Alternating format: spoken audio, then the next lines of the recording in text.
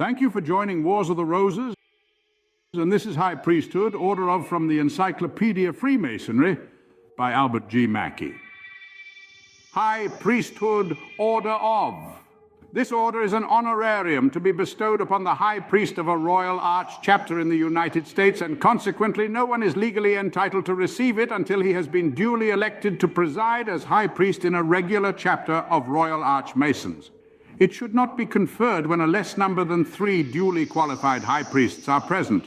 Whenever the ceremony is performed in ample form, the assistance of at least 9 High Priests who have received it is requisite.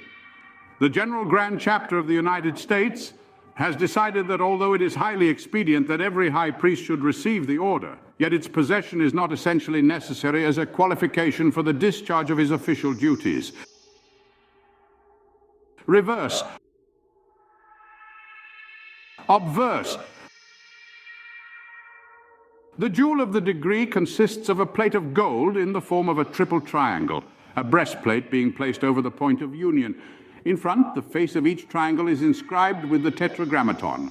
Thus, on the other side, the upper triangle has the following mystical notation. Thus, the 2 lower triangles have the Hebrew letters seen here and here inserted upon them.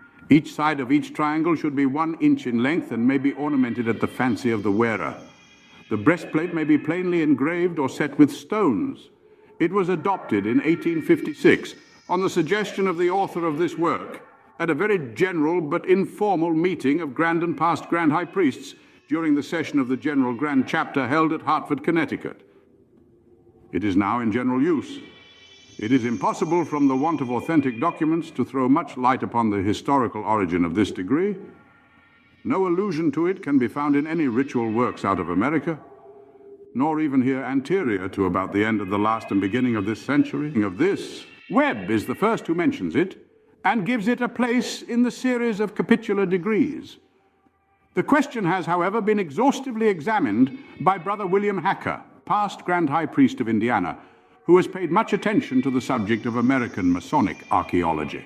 In a letter to the author in August 1873, he sought to investigate the origin of this order, and I gladly avail myself of the result of his inquiries. Thomas Smith Webb, says Brother Hacker, in the first edition of his Monitor, published in 1797, makes no mention of it. But in the second edition, published in 1802, he gives a monitorial ritual for the order, or as he terms it, observations on the order of High Priests. Now, I infer, as we find no mention of the order in the edition of 1797, and a monitorial ritual appearing in the edition of 1802, that at some time between those dates we must look for the true origin of the order.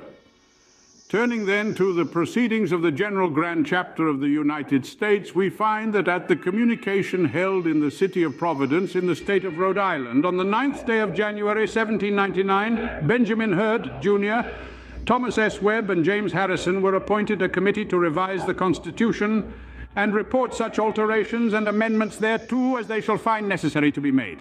The next day, January 10th, 1799, Webb, as chairman of the committee, submitted their report, which was adopted as reported. In Article 4 of that Constitution, we find the forms for constituting new chapters and installing High Priests fully laid down and provided for. In those forms, after certain ceremonies had been gone through with, all the companions, except High Priests and past High Priests, are requested to withdraw, while the new High Priest is solemnly bound to the performance of his duties, and after the performance of other necessary ceremonies not proper to be written, they are permitted to return. Now, right here, the question naturally arises, what were those other necessary ceremonies not proper to be written? A few lines farther on, we find this language laid down.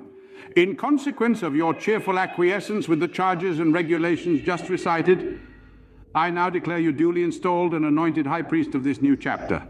Now, do not the words "and anointed," as here used, fully answer the question as to what those other necessary ceremonies were? It seems so to me. Upon this theory, then, we have Thomas Smith Webb and his associates on the committee, Benjamin Hurd, Jr., and James Harrison as the authors of the order. It was adopted by the General Grand Chapter on the 10th day of January, 1799, when it became a part of the constitutional requirements of Royal Arch Masonry, so far at least as the authority of the General Grand Chapter extended. Following this matter out, we find that this provision of the Constitution was retained until the triennial communication held in the city of Lexington, Kentucky on the 19th day of September 1853, when, on motion of Companion Gould, the section was repealed, thus leaving the order of High Priesthood the exclusive property of those who were in possession of it. Where these excellent companions got the original thought or germ out of which the order was formed will have perhaps to be left to conjecture. Yet even here I think we may find some data upon which to found a conclusion. In setting about the formation of an order suitable for the office of High Priest, what could be more natural or appropriate than to take the scriptural history of the meeting of Abraham with Melchizedek, priest of the Most High God, the circumstances which brought that meeting about, the bringing forth the bread and wine, the blessing, etc., and the anointing of Aaron and his sons to the priesthood under the Mosaic dispensations. It does seem to me that these would be the most natural sources for anyone to go to for facts and circumstances to work into an order of this kind. We can illustrate this point farther by reference to a note found in an old ritual of the Mediterranean Pass, as then, and perhaps it may be so now, conferred under the Grand Priory of England and Wales, preparatory to the Order of Malta. That note read as follows: "In some priories, the candidate partakes of bread from the point of a sword, and wine from a chalice placed upon the blade, banded to him by the prelate." Again, in an old manuscript of the ritual of the Royal Grand Conclave of Scotland, now also lying before me, I find similar language used in the ritual of the Templars' Order. How well the thoughts contained in these extracts have been worked into the order of High Priest, every well-informed High Priest must very well understand. But the question now comes up: were Webb and his associates in possession of these rituals at the time they originated the order of High Priesthood?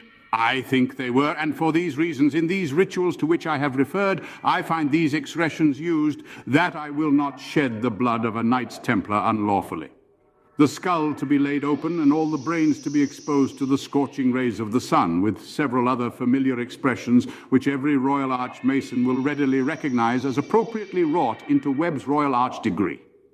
From the foregoing facts, as well as others not stated, I infer that Thomas Smith Webb, with his co-advisors Benjamin Hurd Jr. and James Harrison, were the true authors of the order. That it dates from the 10th day of January 1799, at which time it was adopted by the General Grand Chapter and became a part of the constitutional regulations and requirements of Royal Arch Masonry so far as the authority of the General Grand Chapter extended, and that it continued as such until the 19th day of September 1853, when it was repealed as before stated. A thought or two further, and I will have done. Webb, in arranging the order, evidently intended that it should be conferred as a part of the installation ceremonies of a high priest, and whether he ever conferred it at any other time or in any other manner I have been unable to learn, as I have never met with anyone who claimed to have received the order from him. At what time and by whom it was first conferred as a separate ceremonial is equally unknown to me. All I have yet been able to find upon this point is in Cross's chart, where, in the edition of 1826, and it may also be in the earlier editions, I find it arranged as a separate ceremonial and disconnected with the ceremonies of installation.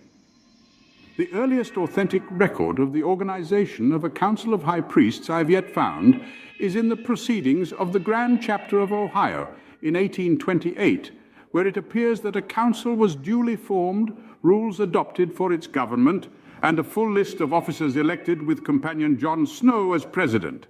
It is more than probable that the order has always been conferred west of the mountains as a separate ceremonial, and never as a part of the installation ceremonies. It is well known that John Snow, who no doubt brought it with him when he came to the West, always so conferred it, and not then until the applicant had been regularly elected and installed as high priest of his chapter.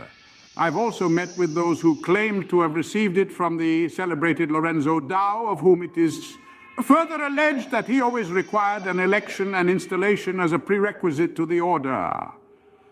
With these facts before us, and I have no doubt of the truth of every word of them, I would ask of those who have attempted to heap such obloquy and derision upon the order, as Dr. Mitchell and others who have followed him, to point us to any other single order or degree of Masonry that can be traced so successfully to the source from whence it came, that has in it more of the elements of sublimity and impressiveness, and that is more scripturally and masonically appropriate for that for which it was intended, than has this much maligned order of High Priesthood, remembering also that it was established upon the constitutional authority of the General Grand Chapter of the United States, which is, and ever has been, the highest authority in Royal Arch Masonry in the United States.